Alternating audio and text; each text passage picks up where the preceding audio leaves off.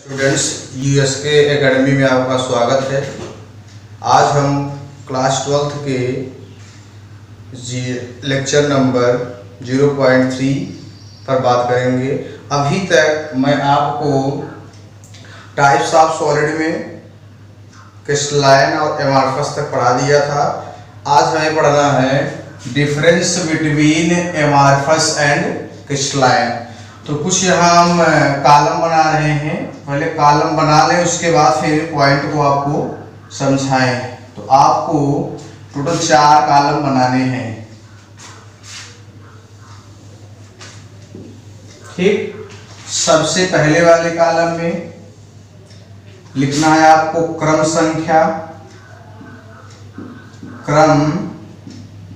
संख्या। दूसरे वाले कॉलम में आपको लिखना है गुण। तीसरे में लिखना है क्रिस्टलीय और चौथा कॉलम जो आपका होगा उसमें लिखेंगे अक्रिस्टलीय।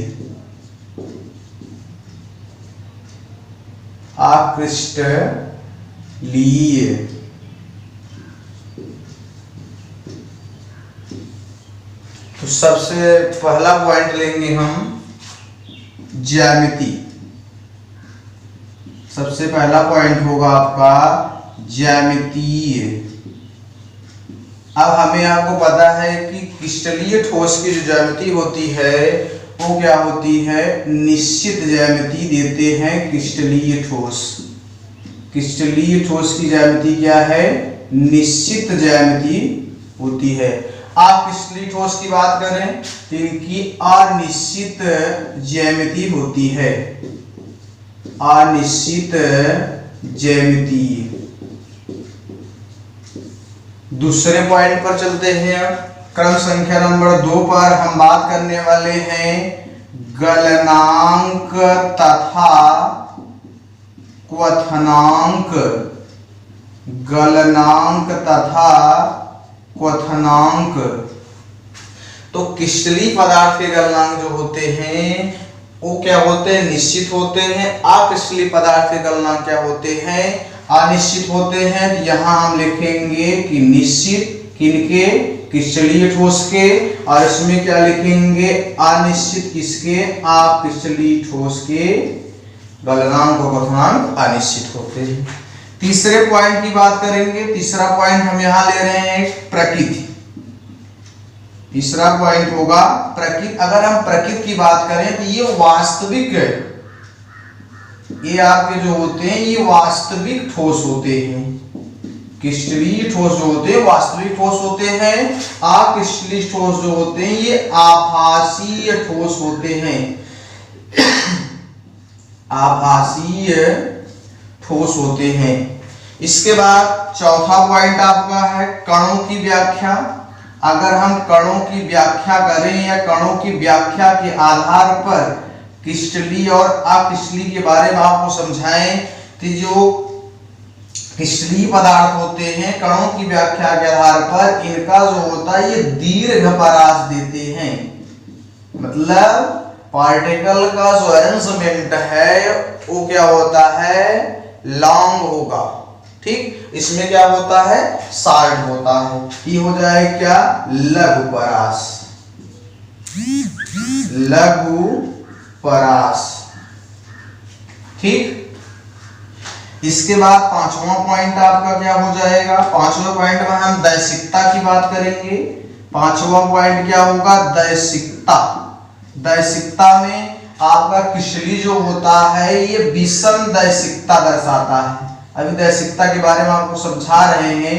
ये विषम दैशिकता दर्शाता है और ये क्या करता है, सम दैशिकता दर्शाता है। विषम दैशिकता और सम दैशिकता। तो विषम दैशिकता का मतलब आप ये समझ लें पहले कि विषम दैशिकता में होता क्या है, इसमें जो है सेम ठोस की जो होती है प्रॉपर्टी जो सेम होती है, पर डायरेक्शन क्या होता है, डिफरेंट होता है। सेम प्रॉपर्टीज का मतलब जो भी सॉलिड्स इसमें हम लेंगे उनकी फिजिकल और केमिकल प्रॉपर्टीज क्या होगी, एक समान रहेगी। बट अक्रिस्टलीय सॉलिड में क्या है, समदैशिकता। समदैशिकता के में हम क्या बताएंगे आपको, समदैशिकता में क्या होगा, जो भी इसमें सॉलिड्स लिए जाएंगे अक्रिस्टलीय, उनका डायरेक्शन और उनकी फिजिकल और केमिकल प्रॉपर्टीज क्या होगी, डिफरेंट रहेगी।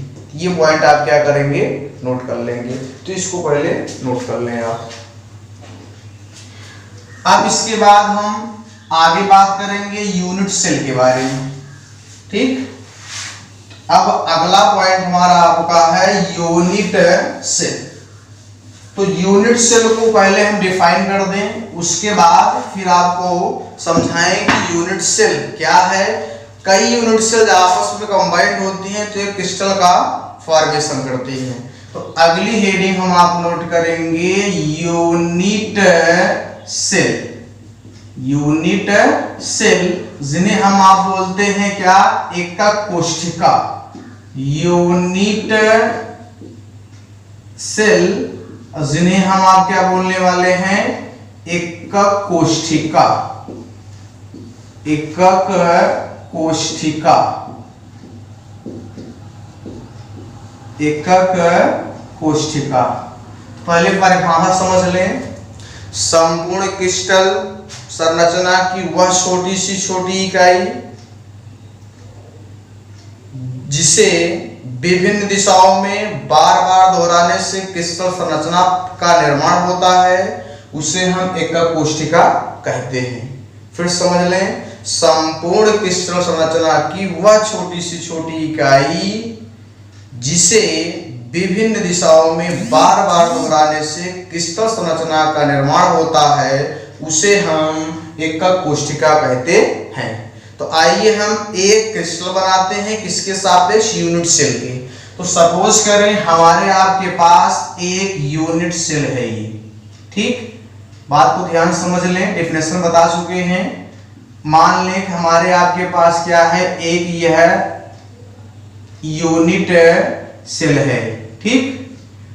अब इसमें कुछ और टर्मोलॉजी आती है। यूनिट सेल में कितने कोर होते हैं, ठीक। उसके बाद कितने इसके फलक होते हैं, उसके बाद इसमें कितने कॉर्नर होते हैं, अंतः केंद्र कितना होता है, ये पॉइंट हम आप पहले समझ लें। तो सबसे पहले यूनिट सेल में हम आपको बता रहे हैं कि कितने कोर होते हैं। तो यूनिट सेल में टोटल जो कोर होते हैं उसको हम एज भी बोलते हैं, 12 होते हैं।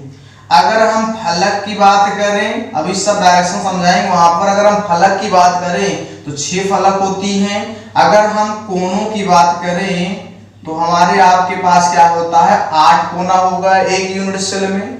उसके बाद अंतः केंद्र की अगर हम आप बात करें तो यूनिट सेल में अंतः केंद्रों की संख्या कितनी होती है, 0.1 या 0.1 बोल सकते हैं, ठीक। अब पहला समझ लें कोर। कोर कितने होंगे, यहां ध्यान समझिए आप। हम क्या बताएंगे आपको, कोर। तो एक यूनिट सेल में 12 कोर होते हैं। तो कोर देख लें, एक यहां पर है, दूसरा यहां है, तीसरा यहां है, चौथा यहां है, पांचवा यहां है, छठवां यहां है, सातवां यहां है, आठवां यहां है, नौवां यहां है, 10वां, 11वां, फिर 12वां। तो आपको 12 कोर दिखाई देंगे। 1 2 3 4 5 6 7, ठीक। 8 9, ठीक। कितने हो गए आपके पास, 9 10 11 और 12। ये तो 12 कोर हो गए। फलक की बात करें, एक फलक ये है आपका, दूसरा फलक ये वाला होगा, तीसरा फलक ये है, चौथा फलक ए है, पांचवा फलक ए है, छठवां फलक ए है। स्ट्रक्चर 3 डायमेंशनल है, तो यहां दिखाना बहुत मुश्किल होगा, बात को आप समझें। अब कोनों की अगर बात करें, 1 2 3 4 5 6 7 8, यही 8 कोने हैं। अंतः केंद्र की बात करें तो केवल एक पॉइंट आएगा यहाँ पर। अंतः केंद्र यूनिट सेल में एक ही होता है। अंत्य केंद्र जो होते हैं 2 होते हैं, वो क्या होते हैं, अपोजिट फलक के मध्य में प्रेजेंट होते हैं दोनों फलकों पर। अगर ये वाला लेंगे तो ऊपर वाला होगा अंततः केंद्र वाली बात अगर करेंगे तो ये इसके सापेक्ष ये वाला होगा, इसके सापेक्ष ये वाला होगा। ये बात आ गई यूनिट सेल में कोर कितने हैं, फलक कितने हैं, कोने कितने होते हैं, अंतः केंद्र कितने होते हैं।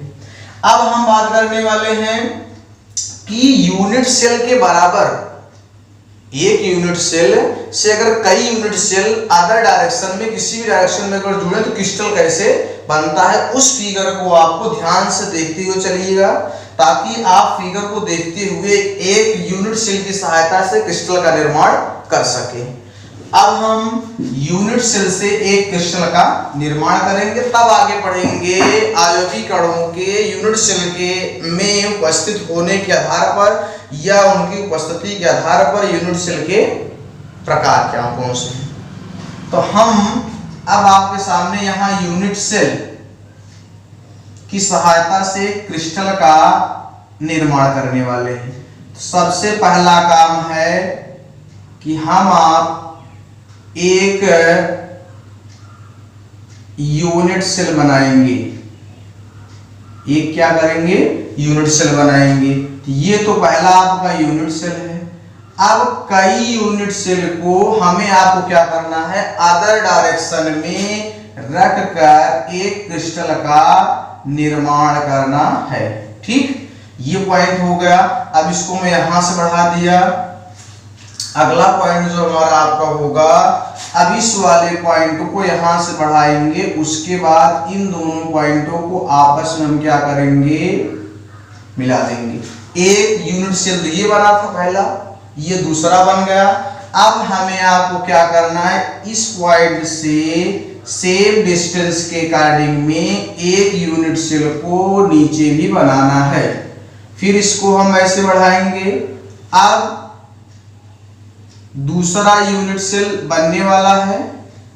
ठीक, अब हम क्या करेंगे, इसको इससे मिलाएं, इसको इससे मिला दें।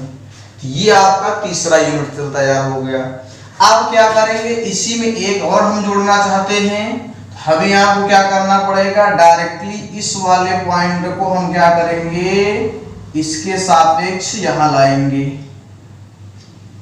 ठीक, फिर इस वाले पॉइंट को बढ़ाकर यहां लाना है। फिर इसको यहां से मिलाएंगे, इस वाले पॉइंट को यहां से मिलाएंगे। अब इसके बाद इसको हम डायरेक्टली क्या करेंगे, मिला देंगे। अब हमारा एक जो क्रिस्टल है वो क्या हो गया, तैयार हो गया। तो यूनिट सेल से क्रिस्टल इस प्रकार बनाया जाता है। अब इसके बाद पढ़ना क्या है, टाइप्स ऑफ क्या यूनिट सेल, वो भी किसके आधार पर, किसी क्रिस्टल में अवयवी कणों के पोजीशन के आधार पर। तो अगली हेडिंग आप लिखेंगे टाइप्स ऑफ, नोट करें heading, types of unit cell, types of unit cell.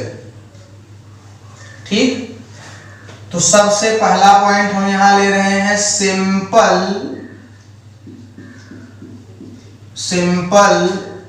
Unit cell, simple unit cell. ठीक, अब इसमें क्या होगा, एक यूनिट सेल हम बना दिए, डिफिनेशन अभी बता रहे हैं, ध्यान से पहले पॉइंट को आप समझते जाएं। एक यूनिट सेल बना दिया, कुछ इस प्रकार से यूनिट सेल आपका है। अवयवी कणों को यहां दिखाया। ठीक, कितने अवयवी कण रखे जा सकते हैं कोनों पर, टोटल 8। अब डायग्राम देखते ही आप बता सकते हो कि सिंपल यूनिट सेल किसे हम बोलते हैं। ऐसी एकक कोशिका जिसमें अवयवी कण एकक कोशिका के कोनों पर उपस्थित होते हैं, उन्हें हम सिंपल यूनिट सेल के नाम से जानते हैं। इसके बाद दूसरी कैटेगरी हमारी आपकी है, जो सिंपल यूनिट सेल के बाद अगली कैटेगरी जो आने वाली है वो फेस के आधार पर बताई जाएगी। ठीक, जिसे हम बोलेंगे centred unit cell, centred unit cell.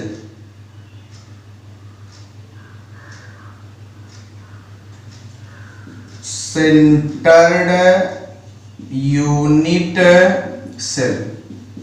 अब सेंटर्ड यूनिट सेल में क्या होगा, पहले डिफिनेशन समझ लें। वह एक कोष्ठिका जिसमें अवयवी कण कोनों के साथ साथ अन्य स्थानों पर भी क्या होते हैं, उपस्थित होते हैं, उसे हम सेंटर्ड यूनिट सेल के नाम से जानते हैं। इसमें सबसे पहली केस हम लेने वाले हैं face centred unit cell. Face centred unit cell, इसका स्ट्रक्चर क्या होगा, अब जो अवयवी कण होंगे वो फलक के साथ साथ डायरेक्टली कहां दिखाई देंगे, फलकों पर भी दिखाई देंगे। अवयवी कण जो होंगे वो आपके कोनों के साथ साथ फलकों पर क्या होंगे, दिखाई देंगे। टोटल कितने कोने होंगे, 8 कोने। डिफिनेशन क्या बनने वाली है, वह यूनिट सेल या वह फेस सेंटर्ड यूनिट सेल नहीं, वह यूनिट सेल जिसमें अवयवी कण एकक कोशिका के कोनों के साथ साथ फलकों पर भी उपस्थित होते हैं, उसे हम face centred unit cell, face centred unit cell कहते हैं। फेस सेंटर्ड यूनिट सेल कहते हैं। फिर समझ लें, वह एकक कोशिका इसमें अवयवी कण एकक कोशिका के कोनों के साथ साथ फलकों पर भी उपस्थित होते हैं, उसे हम फेस सेंटर्ड यूनिट सेल कहते हैं। इसके बाद दूसरा पॉइंट हमारा आपका आता है body centred unit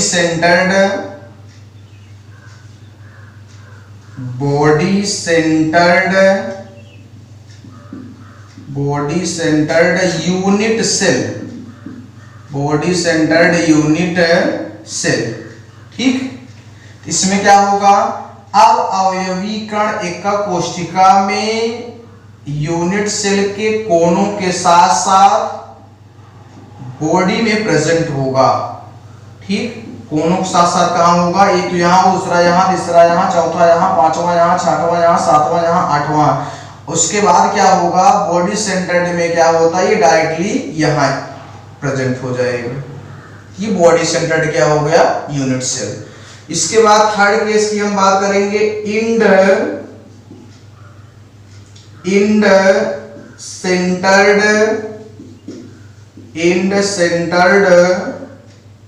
unit cell.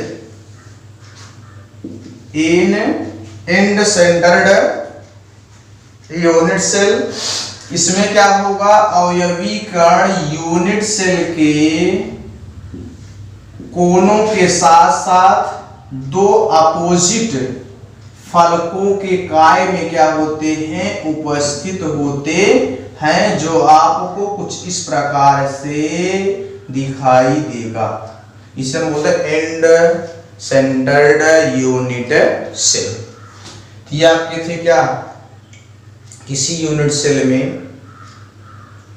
अवयवी कणों के पोजीशन के आधार पर यूनिट सेल के प्रकार। ठीक, अब हम क्या करेंगे, अब और टाइप्स ऑफ यूनिट सेल को कैसे बताएंगे। टाइप्स ऑफ यूनिट सेल को हम डायमेंशनल या डायरेक्शन के हिसाब से बताएंगे कि इनका अरेंजमेंट कैसा होता है, 1D, 2D और 3D। तो 1D तो नॉर्मल केस, 2D में 5 केसें आती हैं, उसके बाद 3D में क्या होता है, 7 केसें बनेंगी। ठीक, उसमें पैरामीटर की आवश्यकता होगी। आगे इन सब के बारे में हम अगले लेक्चर में बात करेंगे। ठीक, थैंक यू सो मच।